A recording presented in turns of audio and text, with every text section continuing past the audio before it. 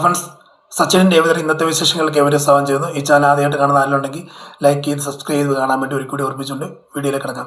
അങ്ങനെ നമ്മുടെ വർഷ ശ്രീകാന്തിൻ്റെ കഴുത്തിനൊക്കെ കുത്തിപ്പിടിക്കുകയാണ്. അതായത് അടിയും പിടിയും പ്രശ്നങ്ങളൊക്കെ തന്നെയാണ്. കാര്യം എന്ന് വെച്ചാൽ നമുക്കറിയാലോ, അവള് പ്രഗ്നൻ്റ് ആയതിൻ്റെ മെയിൻ കാര്യം ഹസ്ബൻഡായ ശ്രീകാന്താണ്. പക്ഷെ അവൾക്ക് പ്രസവിക്കാൻ പറ്റത്തില്ല. വർഷയ്ക്ക് പ്രസവിക്കാൻ പറ്റാത്തതുകൊണ്ട് ഒരു ബുദ്ധിമുട്ട്. എങ്ങനെയുണ്ട് കളയും ഇത് കാരണം, ഇത് ഇനിയിപ്പം കാരണം കൊണ്ടാണല്ലോ അതായെന്ന് പറഞ്ഞ് അവനോ മറ്റാരും, അത് രേവതിയോ സച്ചിയോ ആരും അറിയാതെ തന്നെ ഇവർ ഭയങ്കര രീതിയിൽ ഉപദ്രവിച്ചുകൊണ്ടിരിക്കുക നമ്മുടെ വർഷ. അപ്പം കൊങ്ങായി കയറി പിടിക്കുമ്പോഴത്തേക്ക് നീ കാരണം കൊണ്ടാണ് ഇങ്ങനെയൊക്കെ സംഭവിച്ചെന്നുള്ള രീതി പറയുക. ഉടനെ സച്ചിക്കും രേവതിക്കും ശ്രീകാന്തിനൊന്നും കാര്യം മനസ്സിലാകുന്നില്ല. അപ്പം പെട്ടെന്ന് തന്നെ സച്ചിൻ രേവതി പറയും, നീ എന്തിനാ കാണിച്ച അവളെ, എന്തിനാ കാണിച്ചെന്നുള്ളത് ശ്രീകാന്തെ നീ കാണിക്കുന്ന മോശം കേട്ടോ, നീ അവളെ ഉപദ്രവിക്കുകയോ ഇത് ചെയ്യുന്നുണ്ടെന്നൊക്കെ രീതിയിൽ രേവതി ചോദിക്കുന്നുണ്ട്. സച്ചി പറയടാ, അവളെൻ്റെ പെങ്ങളുകൂട്ടി കേട്ടോ, നീ ആവശ്യമില്ലാത്ത എന്തെങ്കിലും നീ എന്താ കാണിച്ചു കൂട്ടിയേക്കുന്നത്, നീ കാണിച്ച പരിപാടി ശരിയല്ല, എന്താ ചെയ്തതെന്നൊക്കെ ഉള്ളത് ചോദിക്കുന്നുണ്ട്. സച്ചിട്ട് ഞാനൊന്നും ചെയ്തിട്ടില്ല, ഞാനത് ചെയ്യേണ്ട കാര്യമില്ല, അങ്ങനെ ഉണ്ടെങ്കിൽ എനിക്ക് പറയുന്നതിന് ഇപ്പം എന്നാ കുഴപ്പം, ഞാനൊന്നും ചെയ്തിട്ടില്ല സച്ചിയേട്ടാ, സച്ചിയേട്ട എന്നെ ഒന്ന് മനസ്സിലാക്കുക സച്ചിയേട്ടാ എന്നൊക്കെ പറഞ്ഞുകൊണ്ടിരിക്കുക. ഉടനെ സച്ചി എടുത്ത് ചോദിക്കുന്നുണ്ട്, അതായത് ശ്രീകാന്ത് ചോദിക്കുന്നുണ്ട്, എന്താ ഇത് കാരണം എന്ന് എനിക്കറിയത്തില്ല എന്നുള്ള രീതി പറയണം. അപ്പം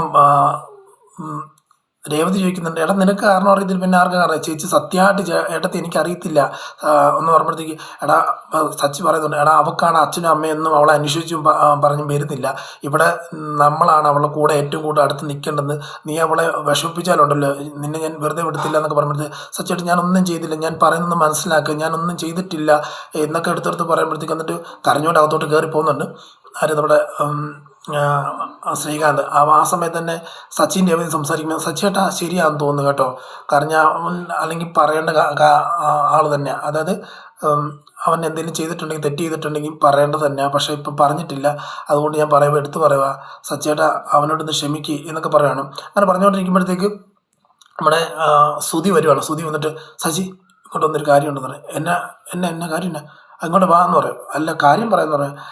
നീ ഇങ്ങോട്ട് വരാമെന്ന് പറഞ്ഞ് കൈ പിടിച്ചുകൊണ്ട് ഇങ്ങനെ, അപ്പോൾ വലിയ സീരിയസ് ആയിട്ടുള്ള എന്തോ മാറ്റർ പറയാൻ വേണ്ടിയാന്നുള്ളത് നമുക്കിപ്പം അങ്ങനെ ഒരു ആകാംക്ഷയാണ് നമ്മൾ ഇരിക്കുന്നത്.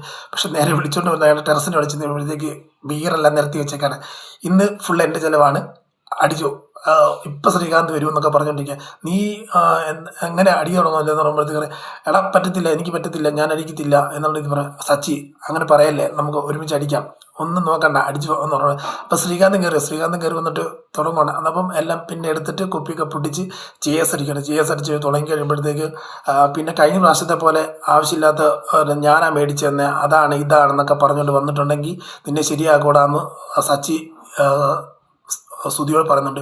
ഇല്ല അങ്ങനെയൊന്നും പറയുന്നില്ലെന്ന് പറയുമ്പോഴത്തേക്ക് ഞാനൊരു ശോകഗാനം പാടട്ടെ എന്നുള്ള രീതി പറഞ്ഞു. സുധി ശോകഗാനം പാടാൻ തുടങ്ങുകയാണ്. അപ്പോൾ പറയണം, നിർത്തുന്ന് പറഞ്ഞ് നിർത്തിപ്പിക്കുകയാണ്. സുധി നിർത്തിപ്പിക്കുകയാണ്. അങ്ങനെ നിർത്തിപ്പിച്ച് കഴിയുമ്പോഴത്തേക്ക്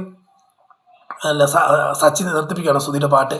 അപ്പം പിന്നെ ശ്രീകാന്ത് പറയുന്നുണ്ട്, ചേട്ടാ എന്നാ വിഷയം എന്നാ എന്ന് പറയുമ്പോഴത്തേക്ക്, അല്ലടാ എനിക്ക് പറ്റത്തില്ല, ഭയങ്കര വിഷമമായിട്ടിരിക്കുമ്പോഴത്തേക്ക് പറയാം, എനിക്കും വിഷമമുണ്ട്, പ്രശ്നങ്ങളുണ്ട് എന്ന് പറയുമ്പോഴത്തേക്ക് സുധി പറയാണ്, എല്ലാം ഈ ഭാര്യമാരുള്ളത് കൊണ്ട് ഏറ്റവും വലിയ വിഷയം, ഭാര്യമാരില്ലാതിരിക്കുകയാണെങ്കിൽ കുഴപ്പമൊന്നുമില്ല, ഒരു കുഴപ്പമില്ല, സന്തോഷം മാത്രമേ ഉള്ളൂ എന്ന് പറയുമ്പോഴത്തേക്ക് ശ്രീകാന്ത് പറഞ്ഞു, ചേട്ടന് അമ്മേനെ പേടിയില്ലാതെ ചേച്ചിയെ കൊണ്ട് വിളിച്ചോണ്ട് വരികയാണ്, ചേട്ടത്തെ കൊണ്ട് വിളിച്ചോണ്ട് ഒരു വിഷയമില്ലോ, സുധിയേട്ടത്തി എന്നാ തെറ്റ് ചെയ്തിട്ട് ശ്രുതി ചേച്ചി ചെയ്തതായിട്ടുള്ള തെറ്റൊക്കെ എല്ലാവർക്കും ക്ഷമിക്കാനുള്ളതുള്ളൂ, ചേട്ടൻ തെറ്റ് ചെയ്തിട്ടില്ല, ചേട്ടൻ എന്തോരം തെറ്റ് ചെയ്തിട്ടുണ്ട്, ചേട്ടൻ 50 ലക്ഷം കളിപ്പിച്ചുകൊണ്ട് പോയി, പിന്നെ രണ്ടാമത് പിന്നെ കല്യാണം വേണ്ടാന്ന് വെച്ചു, അതായത് ഒരു കുടുംബത്തെ മുഴുവനും വേണ്ടാന്ന് വെപ്പിച്ച്, അതായത് നാണം കെടുത്തി, അതായത് രേവതി അടുത്തിയുടെ കുടുംബം മുഴുവൻ നാണം കെടുത്തി.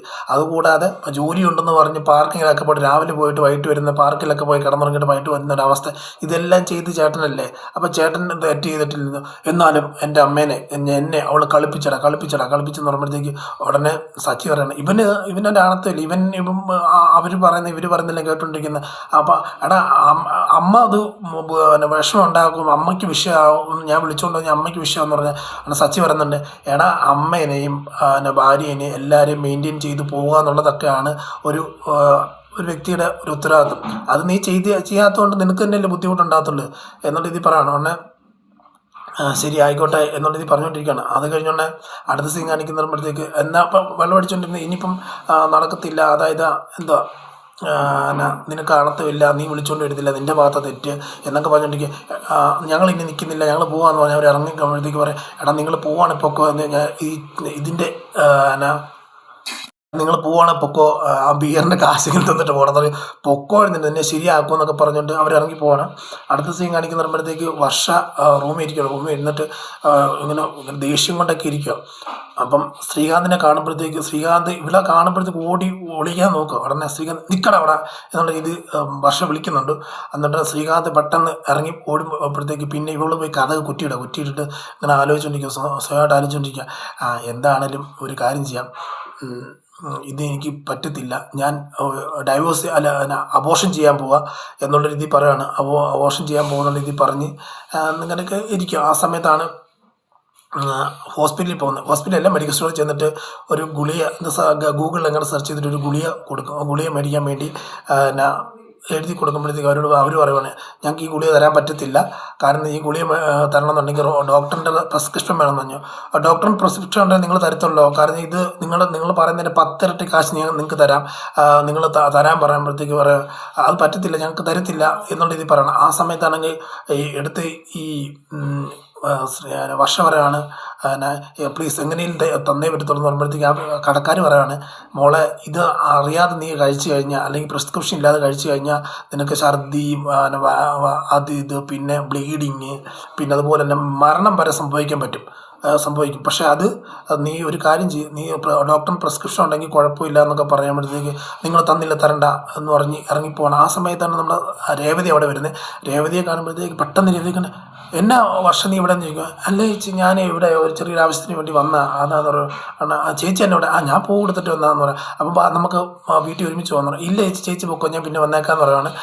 അതെന്നെ പിന്നെ വന്നേക്കാം, എന്നാൽ ഒരുമിച്ച് പോകാമെന്ന് പറയാം. ഇല്ല ചേച്ചി എനിക്ക് സ്റ്റുഡിയോയിൽ പോകണം, എനിക്ക് അവിടെ ഒരാളുടെ ചെറിയ ഫംഗ്ഷൻ ഉണ്ട്, അപ്പം ബർത്ത്ഡേ ഉണ്ട്, അപ്പോൾ അതിന് ചെറിയ കേക്കൊക്കെ മേടിച്ച് ഗിഫ്റ്റൊക്കെ മേടിച്ച് വീട്ടിൽ വെച്ചിട്ടുണ്ട്, അപ്പം ഞാൻ പിന്നെ അങ്ങോട്ട് പോയിട്ടൊക്കെ വരുത്തുള്ളൂ എന്ന് പറയാം. അപ്പം നീ ഗിഫ്റ്റ് മേടിച്ച് വെച്ചിട്ടുണ്ടെങ്കിൽ വീട്ടിൽ പോയിട്ട് അത് എടുത്തുകൊണ്ട് കൊടുക്കാം എന്ന് പറയുമ്പോൾ ഇല്ല ചേച്ചി പൊക്കോ എന്നൊക്കെ പറഞ്ഞ് ചേച്ചിക്ക് എന്നെ പോയാലെന്നാ എന്നൊക്കെ പറഞ്ഞ് ഇങ്ങനെ ഓടിച്ചു വിടുമ്പോഴത്തേക്ക് ഇവർക്ക് എന്തോ പറ്റിയിട്ടുണ്ട്. എന്നിട്ട് വർഷം അവിടെ പോവാണ്. അപ്പോൾ ഇവർക്ക് എന്തോ പറ്റിയിട്ടുണ്ടല്ലോ, കാര്യമായിട്ട് എന്തോ സംഭവിച്ചിട്ടുണ്ട്, എന്നോടും ചൂടാന്ന് ശ്രീകാന്തിനോട് ചെയ്യും, എല്ലാവരോടും ദേഷ്യമാണല്ലോ ഇവർക്ക് എന്നുള്ള രീതിയിൽ നമ്മുടെ രേവതി ചിന്തിച്ചുകൊണ്ടിരിക്കുന്നുണ്ട്. പിന്നെ അടുത്ത സീൻ കാണിക്കുമ്പോഴത്തേക്ക് ഭാമ ചന്ദ്രമതിയെ കാണാൻ വരുവാണ്. ചന്ദ്രമതിയെ കാണാൻ വരുമ്പോഴത്തേക്ക് സിറ്റിംഗ് റൂമിൽ തന്നെ നമ്മുടെ രവീന്ദ്രൻ ഇരിക്കുകയാണ്. ഓടി നിന്നിട്ട് ചോദിക്കുന്നുണ്ട്, എടി ചന്ദ്രമതി, എനിക്ക് നിന്നോട് കാര്യം സംസാരിക്കാനുണ്ട് എന്ന് പറയാണ്. അപ്പം എന്താന്ന് പറയാം, അത് പിന്നെ അത് ഉടനെ രവീന്ദ്രൻ കാര്യം മനസ്സിലായി, അത് ഇവിടെ അവർക്കെന്തോ രഹസ്യം പറയാനുണ്ട്, അതുകൊണ്ട് നമുക്കിവിടെ നിൽക്കണം എന്നുള്ള രീതിയിൽ രവീന്ദ്രൻ ഇറങ്ങി പോവുകയാണ്. രവീന്ദ്രൻ ഇറങ്ങി പോകുമ്പോഴത്തേക്ക് രവീന്ദ്രൻ മാറിപ്പോകുമ്പോഴത്തേക്ക് എടി ഒരു കാര്യം എന്ന് പറയുമ്പോഴത്തേക്ക് ഞാനേ ഈ ഏലസ് പിടിക്കുന്നു, ഈ ഏലസ് സുധിയുടെ കൈ കെട്ടിക്കൊടുക്കുന്നുണ്ട്, അത് ഒരെണ്ണം ഞാൻ കെട്ടിക്കൊടുത്തിട്ടുണ്ടല്ലോ എന്ന് പറയുമ്പോഴത്തേക്ക് അല്ല ഇത് കെട്ടിക്കൊടുക്കുക 3 ദിവസം അവർ തമ്മിൽ പിരിയും എന്നൊക്കെയാണ് പറയുകയാണ്. ഉടനെ അതെന്താ അങ്ങനെ എന്ന് പറഞ്ഞാൽ ഞാൻ ഒരു അമ്പലത്തിൽ പോയിട്ട് ഒരു സ്വാമിയാരെ കണ്ടെന്ന്, ആ സ്വാമിയാർ അവർ പുള്ളി ഓതി തന്ന സാധനമാണിത്, അപ്പം നീ ഇത് കൊണ്ട് കെട്ടിക്കൊടുക്കുകയാണെന്നുണ്ടെങ്കിൽ പെട്ടെന്ന് തന്നെ അവർ പിരിയാൻ ചാൻസ് ഉണ്ട് എന്നൊക്കെ പറയുകയാണ്. ആണോ, അങ്ങനെയാണെങ്കിൽ ഞാൻ കൊടുക്കാം എന്നുള്ള രീതിയിൽ പറഞ്ഞ് എല്ലാം മേടിക്കുന്നുണ്ട്. ഇതെല്ലാം കോർത്ത് കണക്ക് ഒരു അടിപൊളി വിശേഷമാണ് ഇന്ന് നമുക്ക് വൈകിട്ട് കാണാൻ പറ്റുന്നത്. കാത്തിരുന്ന് തന്നെ കാണാം ഓരോ ദിവസം വരുന്ന വിശേഷങ്ങളെല്ലാം. അതിനാൽ ഇന്നത്തെ വീട്ടിൽ നിന്ന് വിട പറയുന്നു. Signing off. Thank you.